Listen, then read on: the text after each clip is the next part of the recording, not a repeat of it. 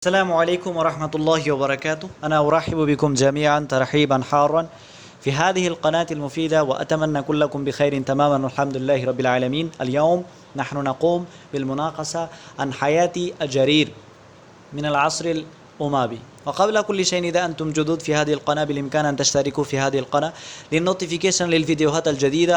if you are new in this channel, please subscribe this channel and press the bell icon to get the upcoming new notification of the new video. তো দেরি না করে শুরু করা যাক। আজকে আমরা জারির সম্পর্কে পড়বো।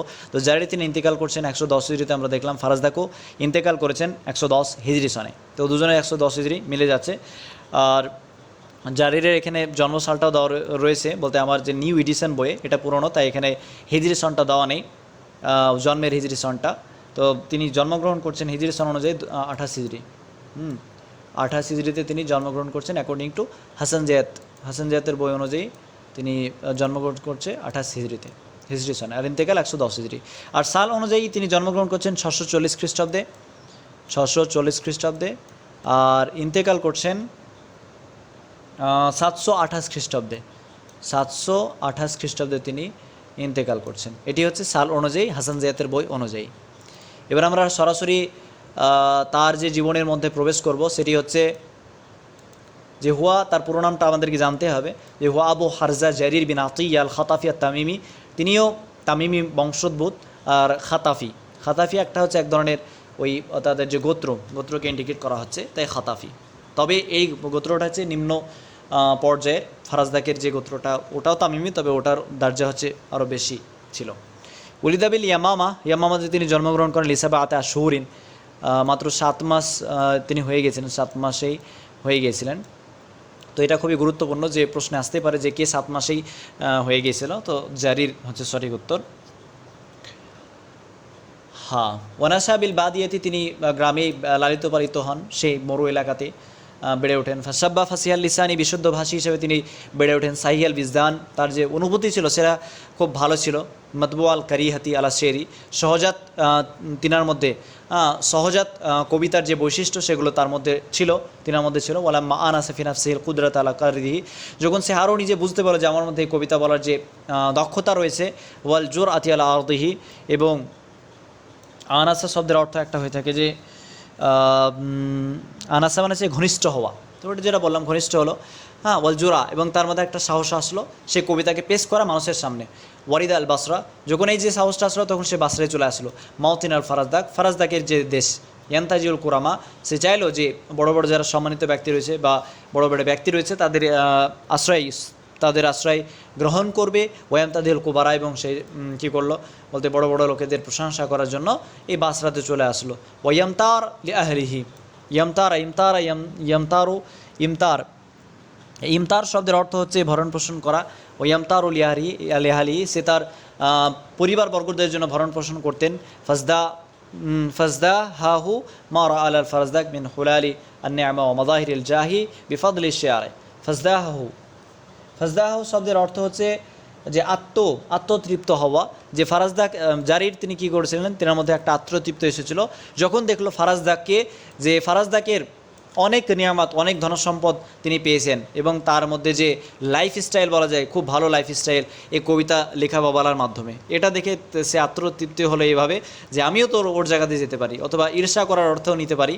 ওয়া তামিমিউন মিসলুহু, জারিরও তিনিও তামিমি ছিলেন। ফাদাব্বা ফি কলবিহি দাবিবুল হাসাদ লাহু, এরপর থেকেই জারিরের মধ্যে একটা হিংসা বিদ্বেষ চলে আসলো ফারাজদাকের বিরুদ্ধে, ফারাজদাকের প্রতি।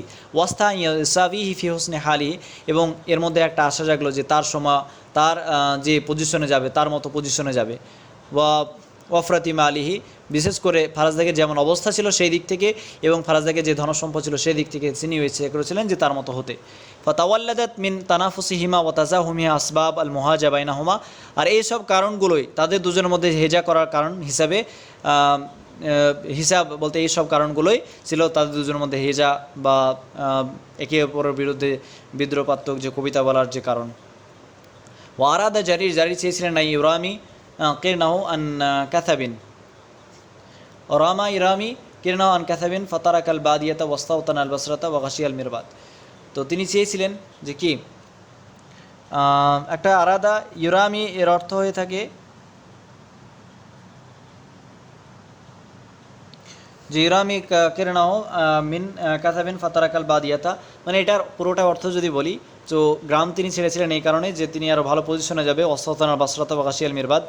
তো তিনি বাসরাতে তিনি সিটিজেনশিপ বা নাগরিক হয়ে যান, হ্যাঁ, সেখানে বসবাস করতে শুরু করেন। এবং গাশিয়াল মিরবাদা, মিরবাদ কী হয়ে যায়, আচ্ছাদিত হয়ে যায়, মানে কি ফারাজদাকি এবং জারির এই দুজনের বিরুদ্ধে যে হেজামূলক কবিতা চলছিল, যার ফলে লোকেরা সেই মিরবাদ নামক একটা স্থান, এই যে 1 নম্বর টিকা দিয়ে দেওয়া রয়েছে, মিরবাদ বলা হয়ে থাকে।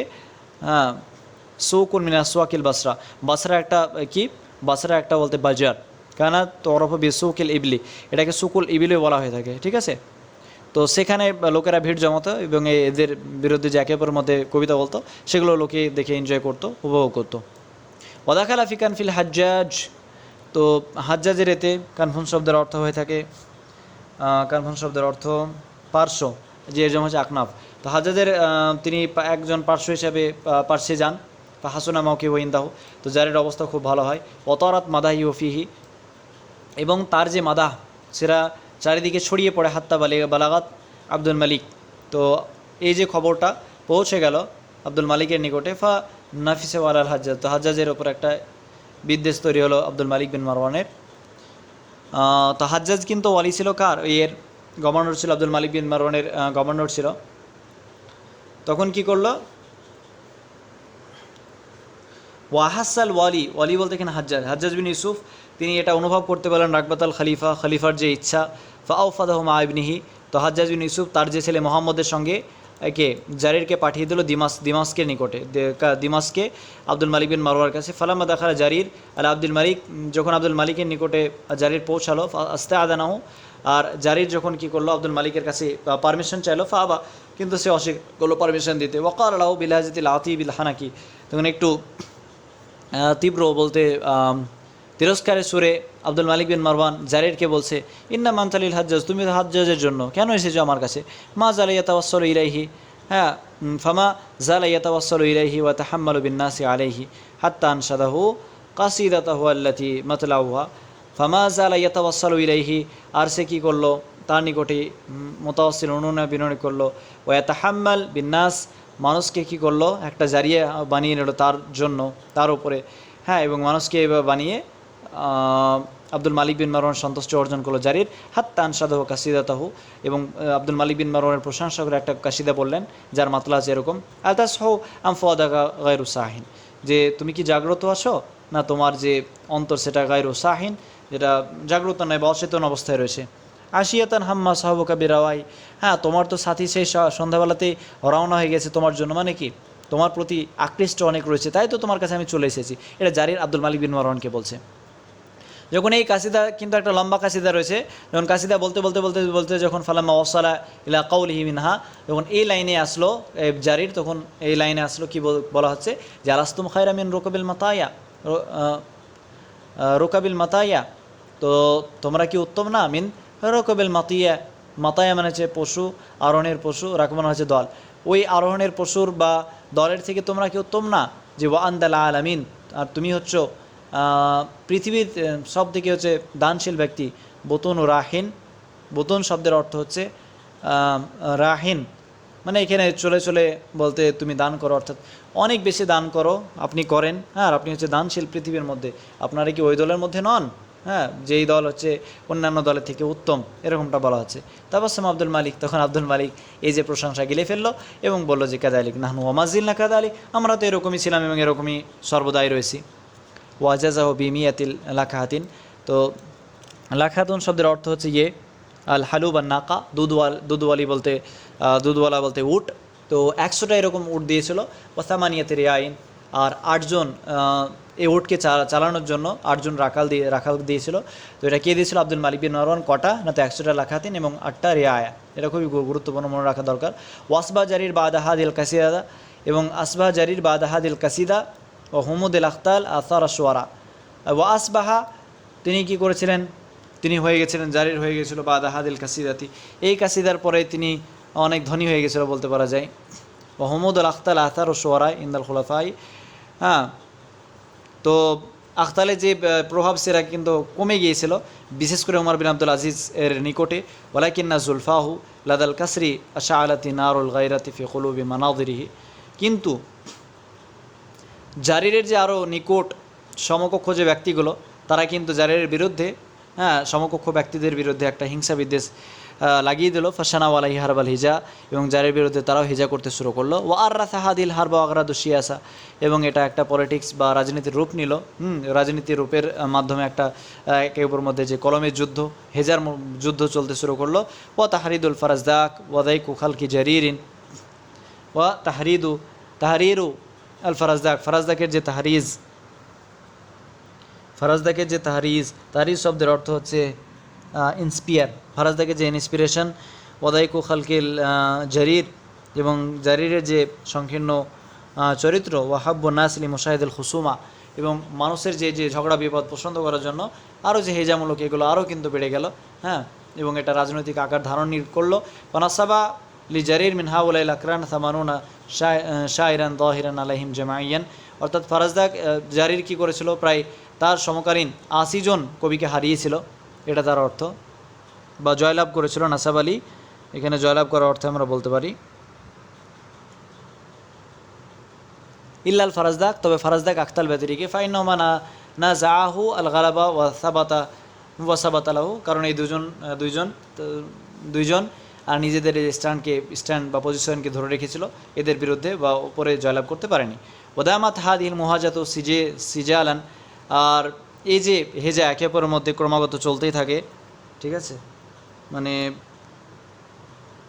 সিজিলান বলতে একজন জুতে তো আরেকজন হারে, এভাবে তাদের মধ্যে হেজা চলতেই ছিল। এমত অবস্থায় আখতারের মৃত্যু ঘটলো।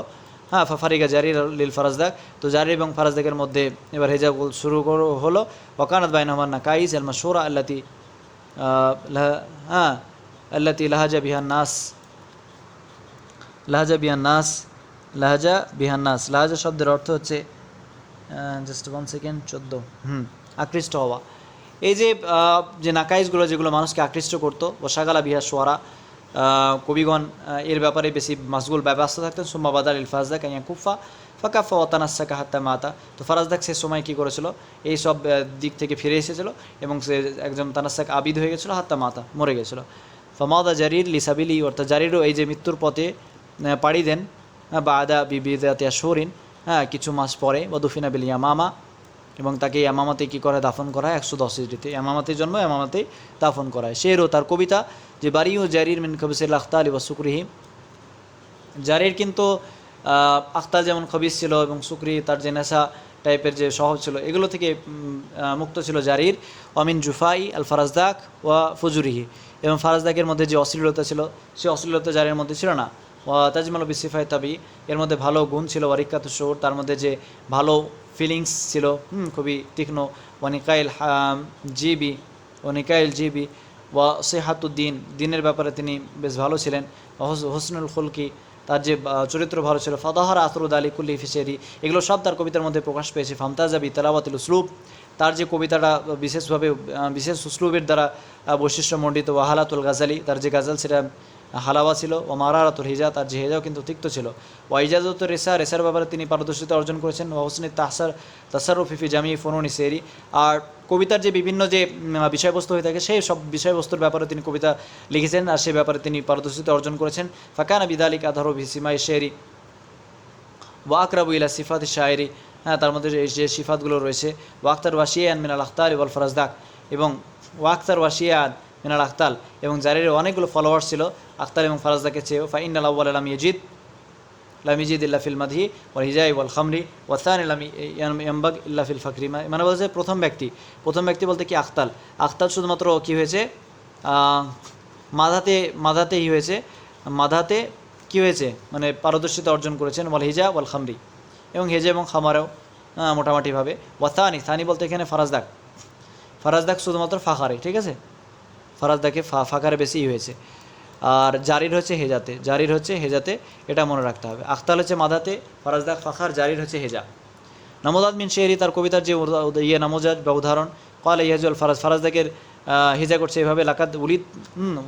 লাকাদ উলিদাত উম্মুল ফারাজদাক মুকরিফান ফাজাআত বিওয়াজ্জারি কাসিরুল কাওয়াদিম বিবসিল, এভাবে ফারাজদাকের কি করা হচ্ছে, হেজা করছে কে, জারির। তো আল কাওয়াদিম বিসালাম ওয়াল মাকারিম, বিল খাবিসাত আলিম, এইসব লাইনগুলো যদি মুখস্থ করি তাহলে আমরা বুঝতে পারবো এটা জারিরের কওল। ঠিক আছে, আরও অনেকগুলো তার কবিতা রয়েছে যেগুলো এখানে উল্লেখ করা রয়েছে। তো এই ছিল আমরা জারিরের আমরা জীবনী পড়লাম। তো পরবর্তীতে আমরা ইনশাল্লাহ অন্যান্য ভিডিও অন্যান্য টপিক নিয়ে আলোচনা করবো ইনশাল্লাহ। Thank you so much for watching this video. আসসালামু আলাইকুম রহমতুল্লাহি ওয়া বারাকাতুহু।